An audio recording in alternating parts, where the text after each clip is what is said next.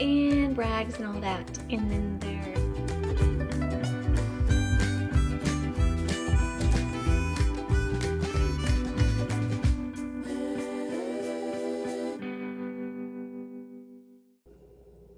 hello. So today I'm gonna make some gluten-free, it's probably backwards, but lemon bars. I couldn't find these anywhere that were gluten-free, and I really liked them a lot. And I was craving them, so I bought this without reading the instructions. I just saw, yeah, I have eggs and butter and water, but it's quite a lot, including you have to refrigerate for 2 hours. So this is not something I normally do. I normally don't go through all this trouble, but we're gonna do it because that's how bad the craving has been for months and months. So I'm gonna make them since I can't ever buy them. And this will be a nice little treat for me. So I'm putting on these because I'm gonna deal with like raw eggs and butter and stuff, and I just don't wanna have to constantly wash my hands and stop the video and all that. But I'm just following the directions on the back here, super simple. Heat oven to 350 degrees Fahrenheit, grease the bottom and sides of an 8x8 inch pan. I already did a glass dish, I already sprayed it. I'm gonna put the oven on bake and 350 degrees Fahrenheit. Okay. Next, oh, this says for more tart lemon flavor, squeeze lemon juice. Not gonna do that. Okay, whisk 1/3 cup of water, eggs, and the filling mix. Thank goodness they put filling mix on it for people who don't bake a lot. I don't even own flour or sugar in this house, so just so you know, that's where I'm coming from. I do not. Number one, I don't bake enough bread or anything like that to have flour in the house, but also sugar and things like that. I do have it like in a Mylar bag, like saved for emergencies and stuff, but I just use Splenda or maple syrup. I don't do any of the other stuff. So anyways, whisk. I have my handy dandy whisk that I almost never use. Because I mean, for scrambled eggs, you can just use a fork. It's just fine. So 1/3 cup of water, eggs, and lemon filling mix, okay. I have everything out already, which makes it so much easier. If you get frazzled easy and you don't like having to follow exact instructions, just get it all out before. Oh, it smells delightful. Loving it. I get these cravings, and I mean, it will not go away, and I don't feel like chocolate right now, so this is what we're doing. I already have the 1/3 cup of water. 3 eggs. I'm gonna break these on the side of this because it's easier for me.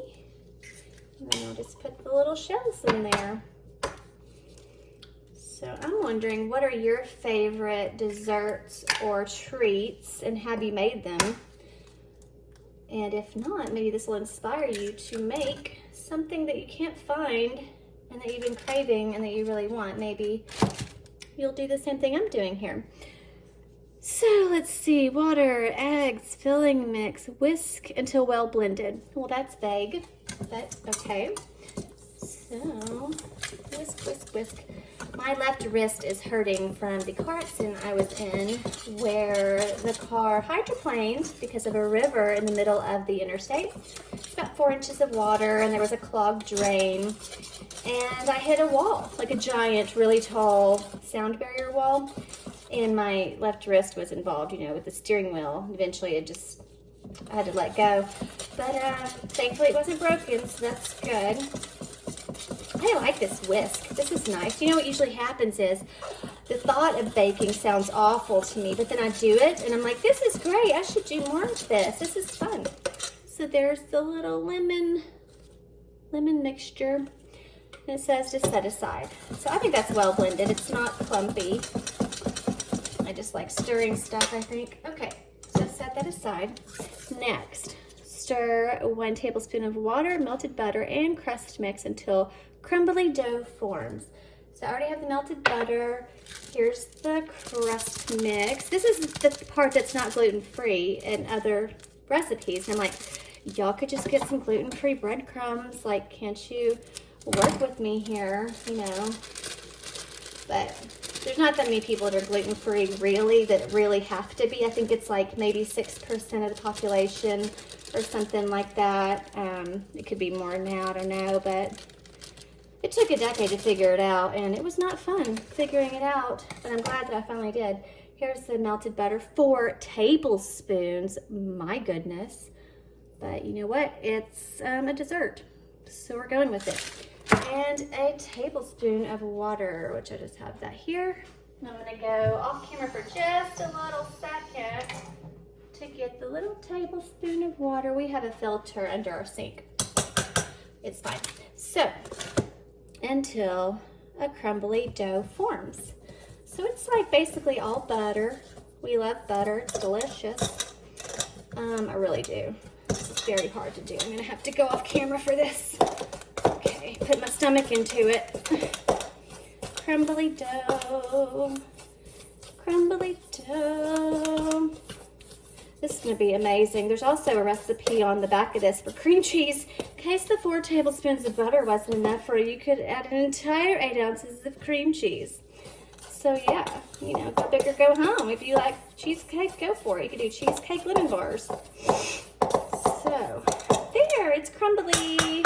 So then it says to press the dough evenly into the bottom of the pan and bake that for 12 to 14 minutes. So I've got this already greased up. Not really, it's just spray. It's canola oil. And so I'm gonna put that in there. Okay. And we're gonna press it. In case you can't tell, I'm from the South. I'm from Arkansas. We're not quite as country as some places, but a lot more country than most places. So pressing. Really want this to turn out well. I'm gonna have to babysit it, I'm quite sure, since it's my first one. But this would be really good for a potluck or Thanksgiving, for something different. I mean, if you're sick of the same old stuff, we have been sick of the same old Thanksgiving stuff for quite some time, so we always just go out to eat, usually at like a steakhouse or something, because I always loved green bean casserole, but I had to get gluten-free cream of mushroom and like watch the French fried onions and all that. So it was just, I was the only one that liked it too. And everybody gets sick of turkey and stuffing and all that. I love it, especially the like grandma stuffing where they put like a bit of the turkey neck in the dressing or stuffing. Oh my goodness, yes please. But it's easier for everyone to not have to clean and cook and do dishes and just go out to eat. So there we go. Super easy peasy, lemon squeezy. So then bake for 12 to 14 minutes. And I did hear my oven just literally click saying it went up temperature. So this is working out perfectly. So I'm putting this in the oven. Alexa, set a timer for 13 minutes. 13-minute timer started. Okay, have you guys noticed that there's like new voices for the Alexa devices? I kind of like it. I like the friendly, upbeat one. It sounds kind of cool. She sounds like me in my opinion. But so 12 to 14 minutes, so I did 13. And then now I'm gonna whisk the filling again. Okay, I don't have to do that. I'll wait. We'll wait. So we'll pause here. I don't think I need these anymore, hopefully. And I will show you the next step after this. Okay, so I was using this little sun lamp while I waited and did dishes and cleaned up my area. It's not super golden, but it was in there for 13 minutes and I'm fine with it. I don't really need it to be a certain color or anything. And usually gluten-free products do not get golden or toasty. If you know, you know. So now it says to whisk the filling mixture again and pour it over the hot crust. So here's the mixture again, and I definitely need to because the butter has started to separate from the rest of the filling, which this is, the first ingredient is sugar, by the way. So, and we're pouring. This is gonna be so delicious. Nice little snackety treat. So excited. This is a very rare occasion for me. I do not do this often. I did make funfetti iced cupcakes that were gluten-free for my honey bunny, that was the last time I did anything like this. That was like July. So just so you know, we usually buy our sweets at the like gluten-free freezer or refrigerated section of the grocery store. But yeah, there we go. So yeah, I said I was gonna get the tripod out and I finally did, yay. It's so great. Okay, so now bake 24 to 26 minutes or until the edges begin to brown. For ease of cutting, chill at least 2 hours. Ugh. Okay, so I'm gonna get this back in the oven. I'm gonna check it at 24 just because this is my first one and I'm a little concerned. So I'm gonna do 24 and we shall see. Alexa, set a timer for 24 minutes.